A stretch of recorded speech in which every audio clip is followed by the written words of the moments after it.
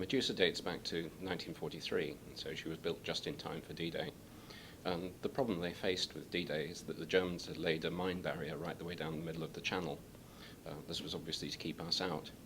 Now, it needed cutting, but that could only be done at the last moment, because otherwise they'd realise what was going on. So Medusa's task was to go D-1, one day before D-Day, and mark an exact location out in the channel. The minesweepers then homed on her and cut a narrow channel through the minefield, and then she had to stay on station and mark the channel entrance to the minefield right the way through the night before D-Day, right the way through D-Day itself. And she had to stay accurate within about 200 yards on that location in the most awful weather. The consequences of not doing so is that the invasion fleet heading for Omaha Beach would have sailed straight into a minefield. So it was a pretty crucial role. Well, Medusa, prior restoration, she was now 60 years old, and this is a ship that was designed for a 5-year operational life. So she was feeling her age, there was no two ways about it. We could use her a bit. She had been in operation since the day she was built. She's never been out of commission. But it was only really safe to take her around the Solent, and the prospects for her basically weren't good. We had two choices. One was to say, well, we're trying to preserve the original fabric, and the consequences of that would be we would have to take the vessel out of the water, put her in a shed, and preserve her out of the water. The other choice was to say, well, actually, we're trying to preserve an operational vessel, the ethos, the understanding, the experience. The consequences of that would be losing a lot of original material and also the need for a lot of money. There was no real middle ground. The middle ground which we couldn't go down would have been should have continued to deteriorate, and one day should have quietly sunk. So after a lot of thought, we talked to everybody, and they said, actually, it's the ethos we want to see. It's an operational vessel we want to see. So we went down the route of restoring her. The decision was taken in 2003. Then came the next stage, which was fundraising. And we looked at how to do this project. And the first and obvious thought was, we'll put her into a shipyard with a specification. They'll give us back a restored vessel. We got some quotations, and they were all the wrong side of £4 million. And that was way outside anything we could do. So we thought about this again, and came up with a scheme whereby we took over a derelict shipyard, put it back into operation, worked with another group that specialised in training youngsters as shipwrights, and ran the whole thing as a training exercise for youngsters. Now, the net result of that was 5 years later we had a restored vessel.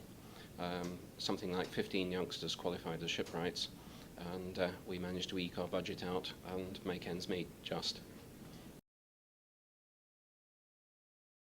No, it wasn't. We've had targets along the way. There was a target to get her back in the water in 2010, and we achieved that. She was launched 1st of March 2010. But that got us to the point where we'd got a restored vessel, which is very, very different from having an operational vessel. So she would float, she would move, but she was pretty empty internally. She was missing all sorts of stuff. So the next stage was to get us to an operational vessel, and that was always targeted for 2012. But during the course of 2011, the pageant came up, and that provided us with a really hard target. And so we started fundraising against that specific target, and that was our hard deadline. And so all of a sudden, it was a failure as not an option, and we were coming to the pageant somehow or other. Well, we're now at the stage where we've got an operational vessel again.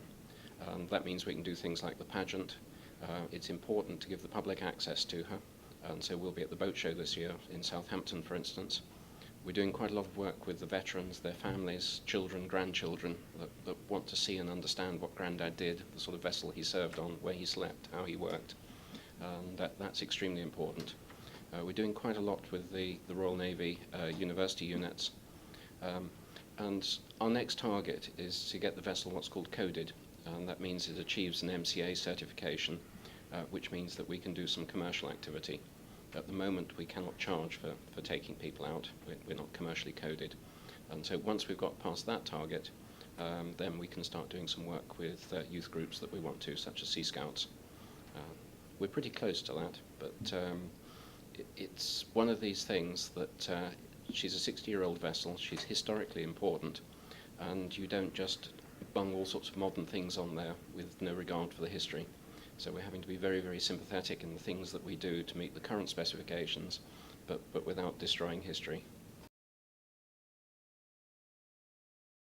That was through the press. It was fairly widely advertised last year in the yachting press. I picked up on it then. And it just came at the right time for our fundraising. And I wrote an application, and the rest, they say, is history. But I think, well, a whole selection of them. The main thing was going under the bridges and seeing the reaction of people up on the bridge as we went underneath. The pageant itself going down, it required absolute concentration to make sure that we followed the correct track, went under the correct bridge arch, maintained station on all other vessels. So outside about 50 metres, I didn't see too much of what was going on. But the reaction of the crowd and the people to the vessel was tremendous. And an absolute high point was going past the Queen and getting a wave. And that made it worthwhile.